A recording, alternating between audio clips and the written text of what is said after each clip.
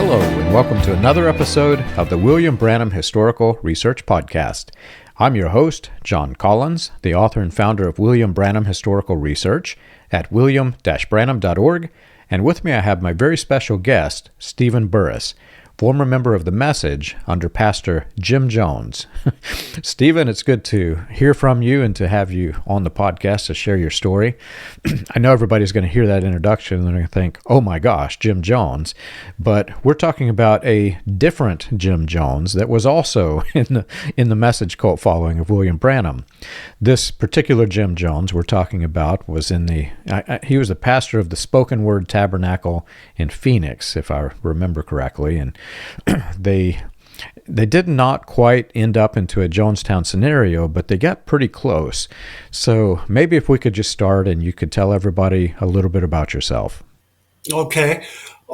First, let me say how grateful I am that you're having me on, John. I've been watching your podcast and getting into you go so deep into this research. I'm truly impressed, and I'm excited to be here today. Thank you.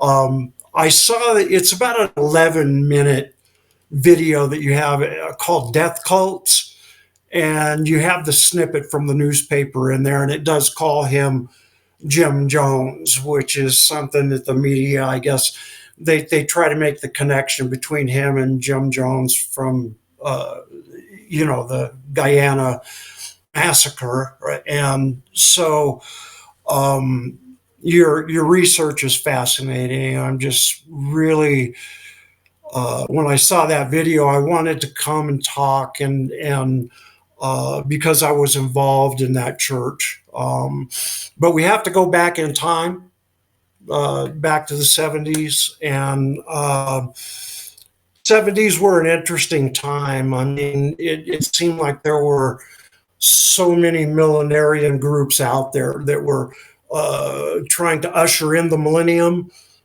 There were Jehovah's Witnesses and Mormons every 15 feet knocking on doors. There was the Jesus movement, the Children of God movement. It just seemed like it was everywhere. And I was a hippie, and I had no intention of, being a Christian or anything like that. I was out there, with the super long hair, throwing beer cans at the law and shouting peace, peace. And I had no intention, of ever being a Christian. Well, I started my journey, and I had a girlfriend she was Nazarene. I went to a Baptist church for a while. I tried a Pentecostal church. And so my brother had given me the album Jesus Christ Superstar.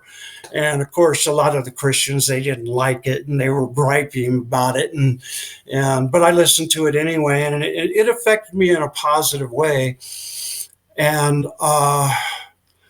so I met James. His name is James L. Jones, and L stands for Linville, by the way. He never wanted anybody to know that. But what happened was I was in my room, sitting on my bed, and I had read in the Bible, Ephesians chapter 4, verse 5, where it says there's one Lord, one faith, one baptism, right? And I was just a young Christian at the time, just barely, wet behind the ears, as it was, just got baptized maybe a few days earlier. And bear with me, I have allergies. So a friend at school invited me to a revival. It was at the Glendale Women's Club. This is back in 71. And so I went to this revival, and there was a guy up there on the platform, kind of a Andy Griffith looking dude.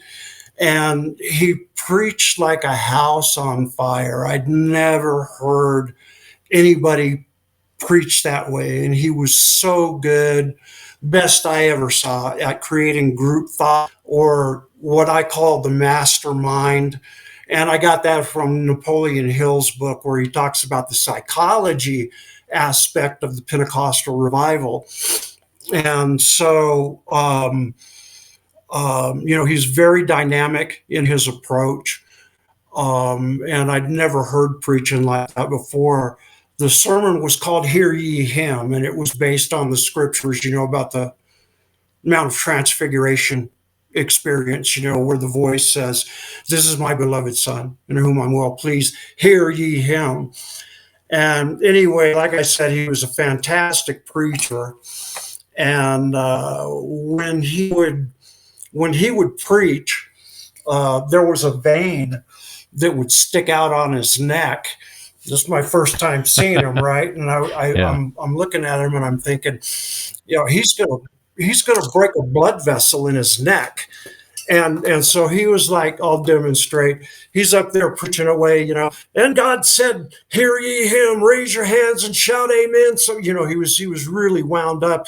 And then he turned and looked right at me. He goes, "And there's a young man here tonight that thinks I'm going to break a blood vessel in my neck." And I was like, whoa, what just happened? Wow, I bet that would freak you out, man.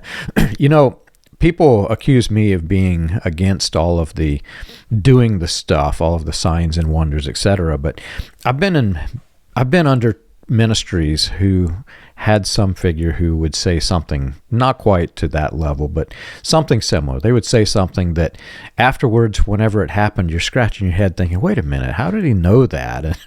And I can't say that all of them were prophetic revelations, but some of them may have bordered on that edge. And the problem is, as we'll get further into this episode, and I think people will understand, there are ministries where people have something unusual, whether it's a gift or whether they have inside knowledge, or maybe they did have a vision. I don't know. But it doesn't really mean that the person is number one, a safe person, because as we'll get into, this is a horrific story, what happened. But also you can't really say that it is a movement by God. Just because some person is doing something, you can't really equate that to a divinely inspired movement as we get into this. But what happened after this? What did it make you think? I'd had experiences like that with my mother. One time the phone rang, and before we answered it, she said, "Oh my God, it's Fred. He shot himself." And that's what happened. My Uncle Fred tried to end his life, and he shot himself and ended up being, a quadriplegic for the rest of his life. And so I knew a little bit about those, gifts. And so anyway, without missing a beat, after he said, "There's a young man here that thinks I'm going to break a blood vessel in my neck," without skipping a beat, he went right back to his sermon. And then when the sermon was over, he started ministering to people. And he walked up to me. And like I said, earlier that day, I was reading Ephesians 4:5, and I thought, how can it be possible to have one Lord, one faith, one baptism with 969 different denominations? And why I thought 969, I don't know, but it's important in my story because when he had me stand up, he said, "Young man, you were sitting in your room today, you were reading Ephesians chapter 4, verse 5 about one Lord, one faith, one baptism. And you wondered, how could that possibly be with 969? It was word for word perfect." And then right after that, he said, "I'm going to prove I'm not reading minds here." And he put his finger on a scar that I had and told me how old I was and how I got it. He had a jar with alcohol in it with a tumor that had 2 day long roots on it that I wasn't there for that meeting. It was like a week or two prior where he had called a woman out and prayed for her cancer. She got sick, went into the restroom, and she passed this tumor. I saw him do things like wipe a cataract out of a man's eye and wipe it on his suit. crossed eyes, healed, the whole 9 yards. And so when he was telling me, uh, the thoughts of my heart, he said, he gave me an answer. He said, the book of Acts is a record of the church in action. And if you believe like they did and act like they did, you can have what they had. And so that was where the first seed was planted. It wasn't like our church at the time thought it was mandatory. If you're a Christian, you're going to work miracles, right? But it was like, if you're not working miracles and if there's no signs and wonders, then you really have no confirmation that what you're preaching and teaching is correct, is kind of how it was presented. And for me, that's one of the real problems with this type of movement. I've mentioned it in a few of my podcasts, but it isn't so much that I'm against those things, doing the stuff. It's the fact that the stuff, the quote-unquote stuff, gets overemphasized. So in the balance scales, you've got the Bible and you've got sound doctrine, you've got focus on Jesus, etc. As a Christian, well, then some of these movements, they really lessen that so that they can lift up the stuff and they can have people focus on it. So I'm curious, before we recorded this, we talked a bit, and you were, I guess, in the ministry with this person, this James Jones. How did all of that come about? How did you become, a leader in this sect? I asked him to mentor me. And he said, yeah, I'll take you under my wing. And eventually I was ordained and licensed through the James L. Jones Evangelistic Association. We outgrew the women's club when we bought a church and had, I don't know, it got up to around 150 or so regular tithe paying members. We were on the radio, KASA, 1540 on your AM dial down there in Phoenix. And people started coming to the meetings. And so after this is like baby steps over a few years. And this is how we ended up being a message church, actually. The tone of his sermons started to change. Like one day he came out and he preached a sermon called Cain, son of Satan, which is Serpent Seed. It was a rebranded, and he acted as if it was his revelation knowledge. People in the Pentecostal movement at that time, they would mention Branham, of course, and he said, well, I never met Branham. I don't know Branham. I don't know what he taught or anything like that. But when I would go visit him in his house, I would see the Branham books in his library, and I would do a critical analysis of these sermons that he did, like, pre out of my generation, son of Satan, which is rebranded and all of that. And it seemed like at that time there were different classifications in the message. Some of them would just, the ministers, they would just kowtow and, oh, Branham was it. And I don't want to be a carnal impersonator. And so they wouldn't, pray for the sick even or whatever. But then there were the other guys, which is the category that James L. Jones ended up falling into. Like, Neil Frisbee would be one, where they were going to outdo Branham. If Branham was Elijah, they're Elisha. If Branham was Moses, then they're Joshua. And so I started getting the sense that because we got all the books, all the, the conduct, order, and doctrine, and all those. And I made a connection. I realized how closely related that was to the Mormons.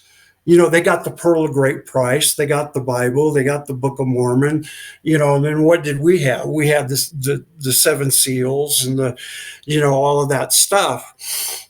And there were a couple of ministers that started coming to our church, and they were both pastors of message churches.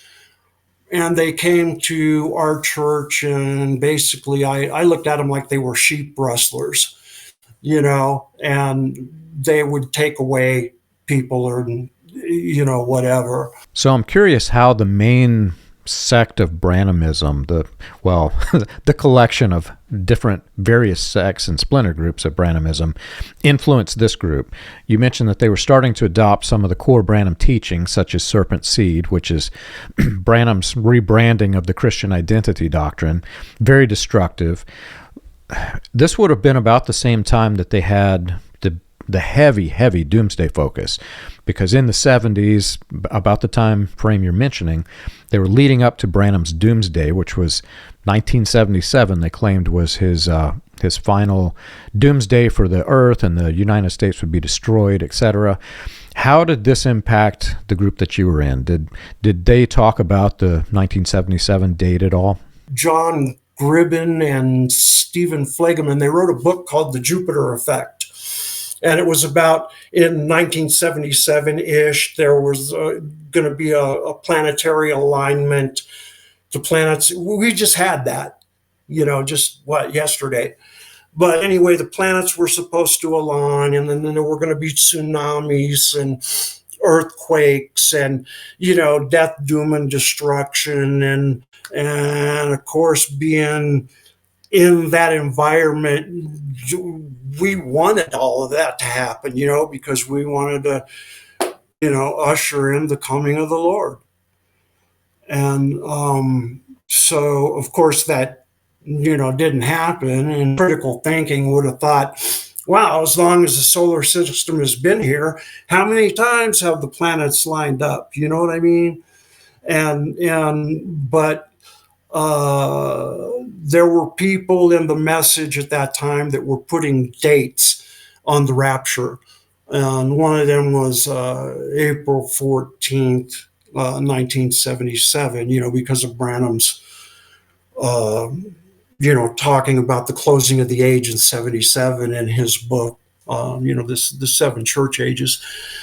And so, God, I bought into it hook, line, and sinker.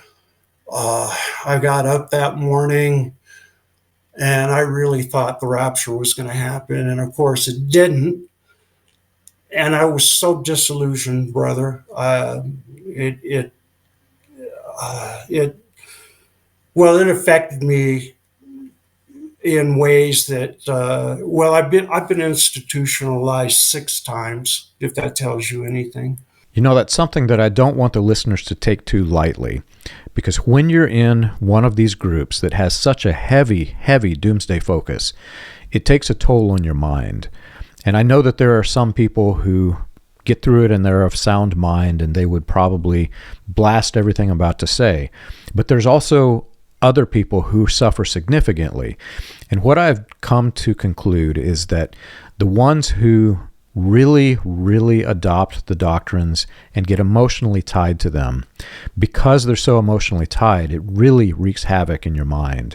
And so I don't want the listeners to take that too lightly. There are people who suffer significantly because of this type of doctrine. Brother Jones, as we called him, when he would get angry at a particular person over whatever, maybe it was they weren't adhering to the dress code. Maybe a woman had a slit up her skirt or, something weird like that. He would blast you, from the pulpit and embarrass you beyond, you would never want to come back again. And anyway, he did that to me one day, because instead of being in church on Sunday, which I was usually there every time the doors open, but there was a Sunday, and I needed to finish a job. I was painting a house, and man, he landed on me with all 4 feet and unloaded with both barrels. And so I just said, no, not, I'm never coming back here. And so I left. I had a few revivals of my own over with Ken Long at the Heritage Bible Assembly. He's the guy that introduced me to Paul Cain. And so I did that for a little while, but I was so disillusioned by all the nonsense of it that I just finally I left the ministry, left the church. I threw the baby out with the bathwater, which is why I'm so impressed with you guys, you and Charles and everybody, because you're still Christians. You maintain your Christianity through all of it, through the depression, through the lies, through all of the nonsense, and you're still good Christian folk. Well, I rebelled. I spent a lot of time drinking, spent a lot of time doing drugs. I didn't want to have anything to do with anything spiritual whatsoever. People ask me whenever I bring somebody on the podcast who is atheist or struggles with some sort of sin that Christianity condemns, why I allow them on the podcast. Everybody's journey has a origin, and some of these people go through just like what you've been through. It is so severe what they've been through. You really can't blame them for having just walked away from all of it. And I'll tell you this, there are people who, as they're deconstructing what is indoctrinated in their head, there comes a point whenever they have to deconstruct the God that they've been taught. And in most cases, whenever they're deconstructing that God, it isn't the God of the Christian Bible. So really they're tearing down this false God, and they mistake this for atheism. And it leads people down further pathways of self-destruction. So I'm glad that you were able to come out of this. So you mentioned the origins of the group. How did they come to be in, Camp Verde? He moved the church up to Camp Verde, and he was in Copper Canyon, and he saw a rock that looked like a loaf of bread, and he hears a voice that said, go break it. He breaks it open, and it has his initials in it. So anyway, he builds this bigger church up in Camp Verde, and then we get the news, that he had molested some kids. And a lot of people, just didn't believe that he would even be possible for him to even do something like that. And they put their houses up for, some people sold their houses, and some put them up for bond money and all of that. And apparently this happened a couple of times, in his life. And eventually, he did die in prison. If I remember right, it was some kind of pancreatic condition. And anyway, that's the brief Reader's Digest condensed version of where I was at the time. Yeah, I remember coming across that news. I was looking actually for the Jim Jones of People's Temple, and I came across this, and I was like, wait a minute, is that the same guy?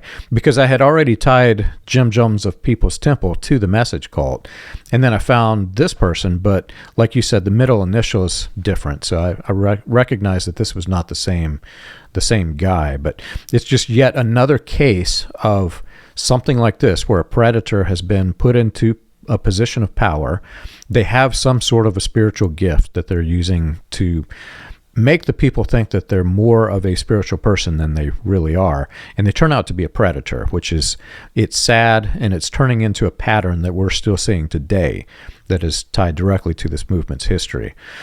So I'm curious, you were leadership in this, and I can imagine what would be going through your head after leaving it. Did you ever take the time to like process and study what it was that this thing, what it was and how it became the movement that you were in? Did you study the message and the history? What all did you do after you realized that this person is not a person of God? Around, I'm going to say 13, 14 years ago, I took another deep dive into it. And I put some videos up that they're not as in as much detail as what you guys do, but I covered the basics, like the Marilyn Monroe prophecy, right? You know, and when you first read that prophecy, he doesn't mention Marilyn Monroe. He just talks about a blonde woman who died in a heart attack. But, isn't that just the weirdest way to say it, too? She died in a heart attack. And then later, remember, right, wasn't it Brother Neville that came to him and said, oh, yeah, Marilyn Monroe died? And then, it was a game of pin the tail on the donkey, and that's, I noticed that a lot of his thus saith the Lord stuff was nonsense, and then I did one on the cloud, and tied it into the rocket launch at Edward Air Force Base. I don't know. I think I did about 8 or 10 videos of his prophecies that had failed. The 1977, and of course the big apologetic cop out is, well, Branham never said that was a prophecy. He said it was a prediction. Well, I'm sorry, but I don't know how you feel, but I think a prediction that's made by a prophet is technically a prophecy. Absolutely. And I know a lot of people would disagree with that, but by definition, it's a prophecy. And so I did videos on that. And the reason I did was because of the internet. Facebook came out, and I had reconnected, with the people that, used to be my ushers or my deacons or, people from that church. And I couldn't believe that, there it was, 2000, whatever, and they're still believing in that, and if an earthquake happened anywhere, whoa, that's Branham, and all of this garbage. And so I wasn't trying to be bombastic. I wasn't trying to be, trying to one up anybody or anything. I just wanted people to know that, like, Branham's, the other one was that Billy Paul wouldn't be an old man when sharks would be feeding, in front of the May Company in LA. And at that time, I don't think Billy Paul had passed, but he was definitely an old man, even by Branham's own definition of what an old man is, and man, all those people that I used to love and fellowship with, and we were so close and everything. I even got death threats, brother. Have you ever wondered how the Pentecostal movement started, or how the progression of modern Pentecostalism transitioned through the latter rain, charismatic, and other fringe movements into the New Apostolic Reformation? You can learn this and more on William Branham Historical Research's website, william-branham.org. On the books page of the website, you can find the compiled research of John Collins, Charles Paisley, Stephen Montgomery, John McKinnon, and others, with links to the paper, audio, and digital versions of each book. You can also find resources and documentation on various people and topics related to those movements. If you want to contribute to the cause, you can support the podcast by clicking the Contribute button at the top. And as always, be sure to like and subscribe to the audio or video version that you're listening to or watching. On behalf of William Branham Historical Research, we want to thank you for your support. You mentioned the shark swimming at May Company.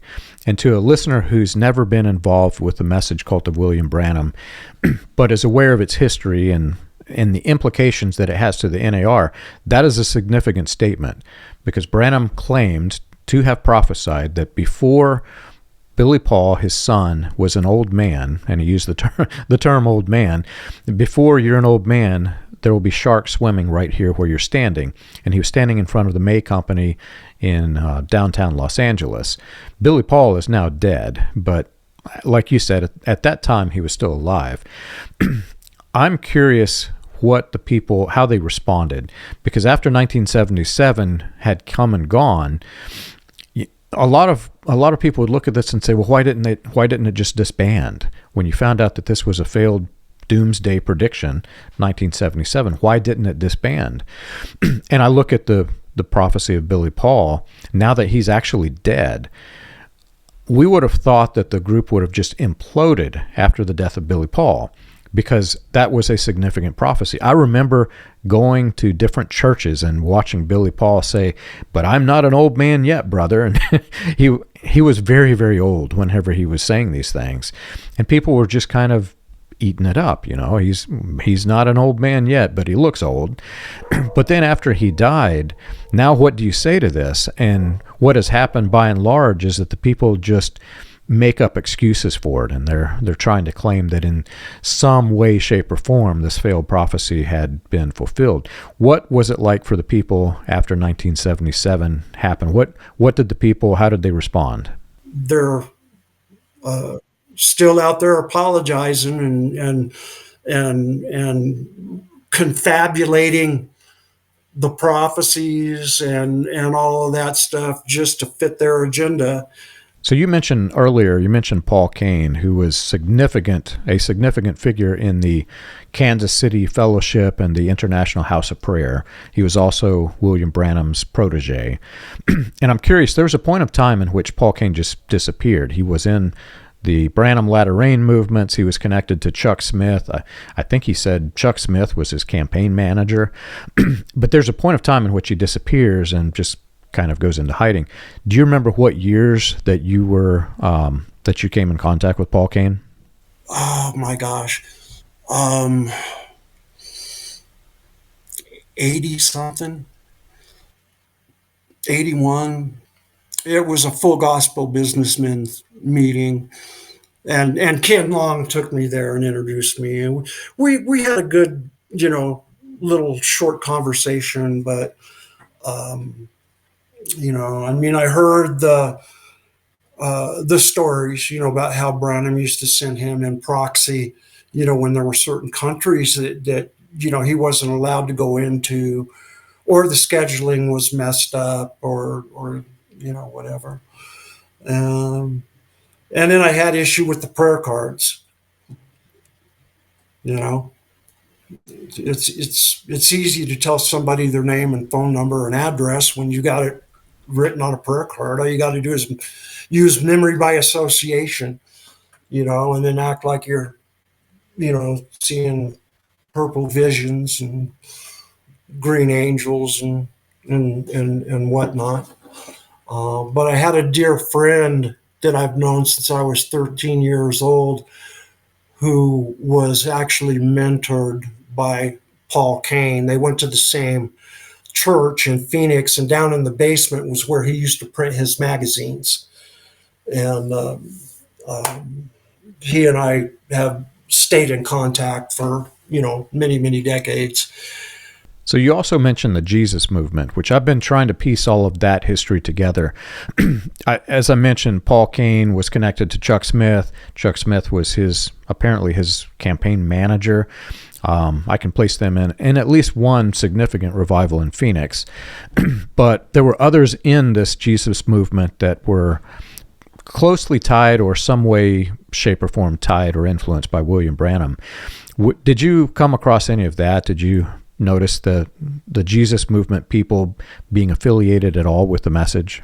So I think some of them were. In Neil Frisbee's book, he even has quotes from Branham in red letters, as if it was an extension of the Bible. Right. Like I said, there were the ones that would kowtow and we can't do nothing no more because when that which is perfect is come, which was the message, we can't do this no more. And if you do, you're a carnal impersonator. If you pray for the sick and they get healed, you did something bad. And then there were the other ones, like I said, like Frisbee and James L. Jones, that they were going to one up Branham. They were going to bring in the rapture, and so it's very confusing. Um, but yeah, we had all the tapes and the literature and the books and tracks and what you call it and all of that stuff. And Brother Jones went headlong, into the message and was I guess, I don't know, how would you say it, trying to pick up where Branham left off, maybe, Right. With the tent vision and all of those other weird things. Yeah. So another thing that matches the pattern in all of this mess with all of the splinter groups is that William Branham presented himself as the last messenger for the last church age. He was teaching dispensational preaching, and he said, basically, we've come through all these ages. This is the last age. I am your messenger, and I will be the one to carry you into heaven. He obviously didn't do that, and his 1977 doomsday failed, and so the cult kind of, I don't know what the word for it is, but they just kind of went into this weird state of limbo. And then what happened is, because some of the prophecies that he had really required him to be on the scene, on the earth, whenever the prophecy was fulfilled. So as a messenger, the quote-unquote message would fail unless something were to happen and another man were to carry the torch. So what has happened is there are many new leaders that step up and they say, I'm it. I'm your new messenger. I'm wondering, in this sect, this splinter group that you were in, did they do the same thing? Did your Jim Jones believe that he was the last messenger for the age? Yeah, he did. He did. Yeah, he was. He started calling himself Joshua, and and he had that experience with the bread, the rock that looked like a loaf of bread, and found his initial in it, and uh, but each little step that took our independent Pentecostal church into, I don't know whether you'd say we were technically a Branhamite church or a message church, but he wanted to pick up where Branham left off and reveal the thunders and all of that stuff. So, And I guess the next question, which kind of goes along with that, because William Branham taught such a doomsday-focused message, whenever these new leaders emerge, they also focus so heavily on doomsday that it almost becomes a self-fulfilling prophecy. They want it to happen. They want it to, for them to be the messenger, there has to be the doomsday that William Branham prophesied. And so they invent new ways in which they can do this. Ironically, with the name Jim Jones of People's Temple, as you know, there was the mass suicide down in Guyana. And this, too, appears to be somewhat of a pattern in some of the groups.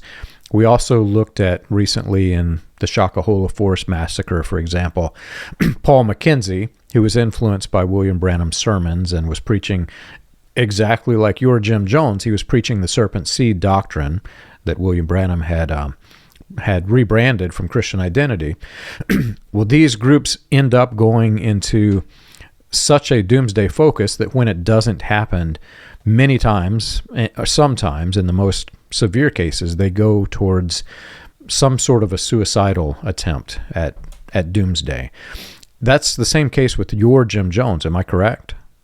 yeah, and I don't know if it was the name Jim Jones or what, but I remember in Camp Verde they were They were on suicide watch because he had set a time, for the end of the world, basically.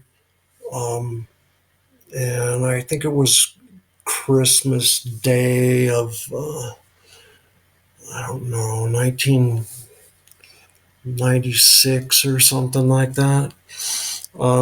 Anybody, you can get online if you look up James L. Jones, Spoken Word Tabernacle, Camp Verde. There are articles that do a better job than I can explain it.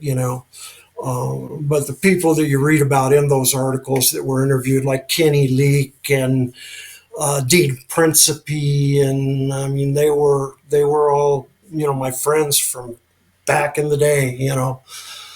That's just so sad.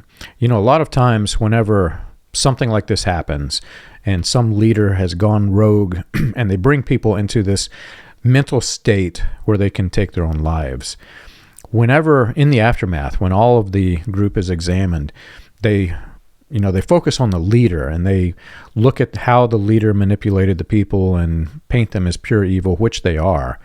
But a lot of times it's really lost what happens to the people themselves. I can't even imagine what it is that you went through whenever all of this happened. And then even more to the point, after this happened, I can't imagine what it was like coming out of this. That's why I wanted to come and do the show with you. Is maybe it could be a cathartic for me. In addition to giving some a little bit of inside information about James L. Jones and how it started and how he was. He had. He used to say that he had a twin ministry to Leroy Jenkins. Brother Jenkins. Yes, I'm familiar. They had different approaches, but kind of the same thing. Where he would tell people about scars on their body and operations they had, and he'd break crutches and all of that stuff too. Um, he was very dynamic. I was just so enamored, I guess you'd say, because that first time I saw him, he's telling me the thoughts of my heart, I wanted to fashion my life like one of the guys in the book of Acts. And so, I don't know how many people out there that are still longing for that, but I don't know. It's just interesting to me that all of these failed prophecies and all of this bad theology that's condones racism and basically evil stuff like that, that people are still buying into it. Yeah. And so let's talk a bit about the end of this group. So towards the end, things got really bad. They were, everybody's looking for this doomsday that is about to come, and then the leader gets caught and goes to prison. What happened to the rest of the people in the group? So you're with all of these people, and they see the leader going to prison. What was it like when that happened? when he got arrested, okay, so yeah, there was, like I said, they put the church on suicide watch. And since a couple of the girls that had been molested when they were younger had come out and talked about it, there was a big church split there too, and so a lot of people left.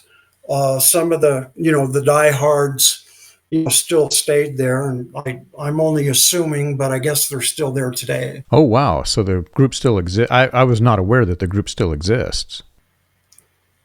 It's just so weird how in this cult of personality that there's such a dark underbelly to it.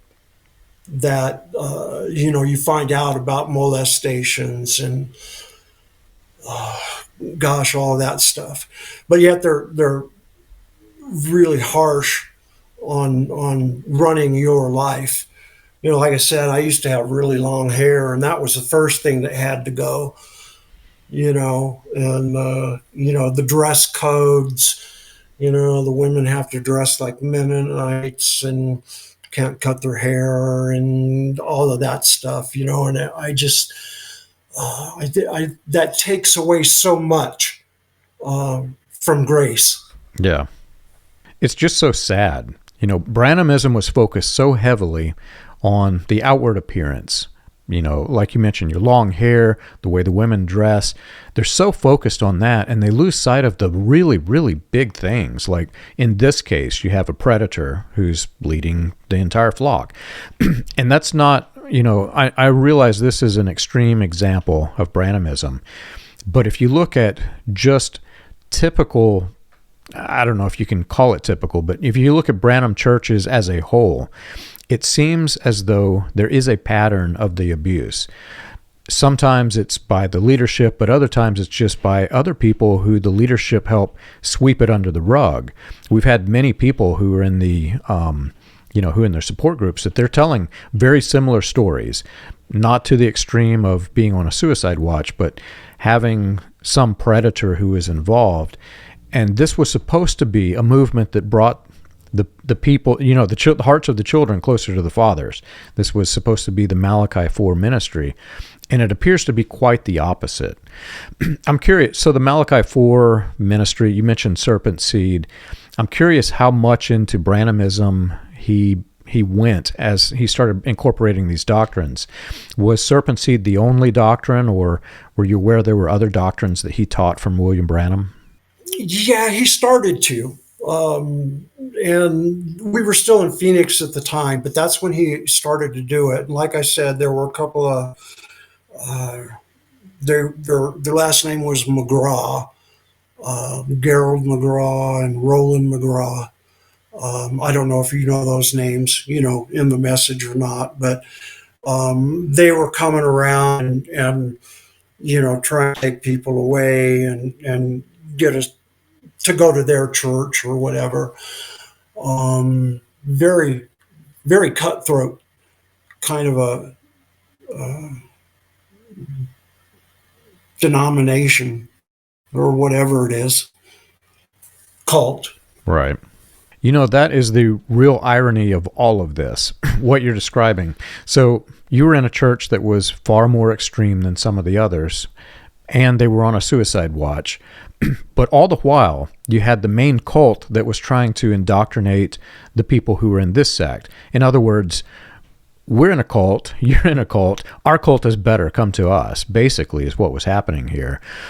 But in doing so, what I have seen, many of these cult groups that are doing this, and that's really how they grow the churches. They either grow from the inside through birthing children, or they try to suck people out of other groups that are sometimes more destructive, sometimes not as destructive. But what they're doing is they're essentially cross-pollinating, because these groups, as the people start to go to the church and they start to try to attract people out, they're doing so by spreading the doctrine. So in essence, Branhamism is spreading through this, which creates even more splinter groups and more extremist groups. So this really becomes a problem. If you could give some advice to people who are leaving these types of groups, what advice would you give them? Would you leave? Don't throw the baby out with the bathwater. Figure out a way and find people that are like-minded, so you can maintain your Christianity. I know it's difficult, because of the disillusionment and like I said, I was institutionalized 6 times, and at one of those treatment centers, they told me I had to turn my will and my life over to the care of God as I understood him. And I was like, good Lord, what do you think got me here? It was tough. It was a tough, it took me decades. And that's why I'm so grateful that you're out there, John, because if there had been something like this going on, back in 77, 78, when all this maniacal stuff was going on, I probably would have had a better chance at exiting more gracefully than I did. Well, that's very good advice. And I think I will add to that, don't be afraid to process very deeply and examine what parts of that baby were real and what parts of that baby were false that was in the bathwater. Because there is quite a bit of fiction mixed in the nonsense, and it takes time to process. Thankfully, you've been able to process and come through it, and I can't even believe the things that you would have went through and the struggles that you would have had processing that. It makes my journey out seem easy, and for me, it was the most difficult time of my life. So thank you very much for doing this. Hey, no problem. Glad you're there. Well, if you've enjoyed our show and you want to share your story, you can check us out on the web. You can find us at william-branham.org. For more about the dark side of the New Apostolic Reformation, read Weaponized Religion, From Christian Identity to the NAR, available on Amazon, Kindle, and Audible.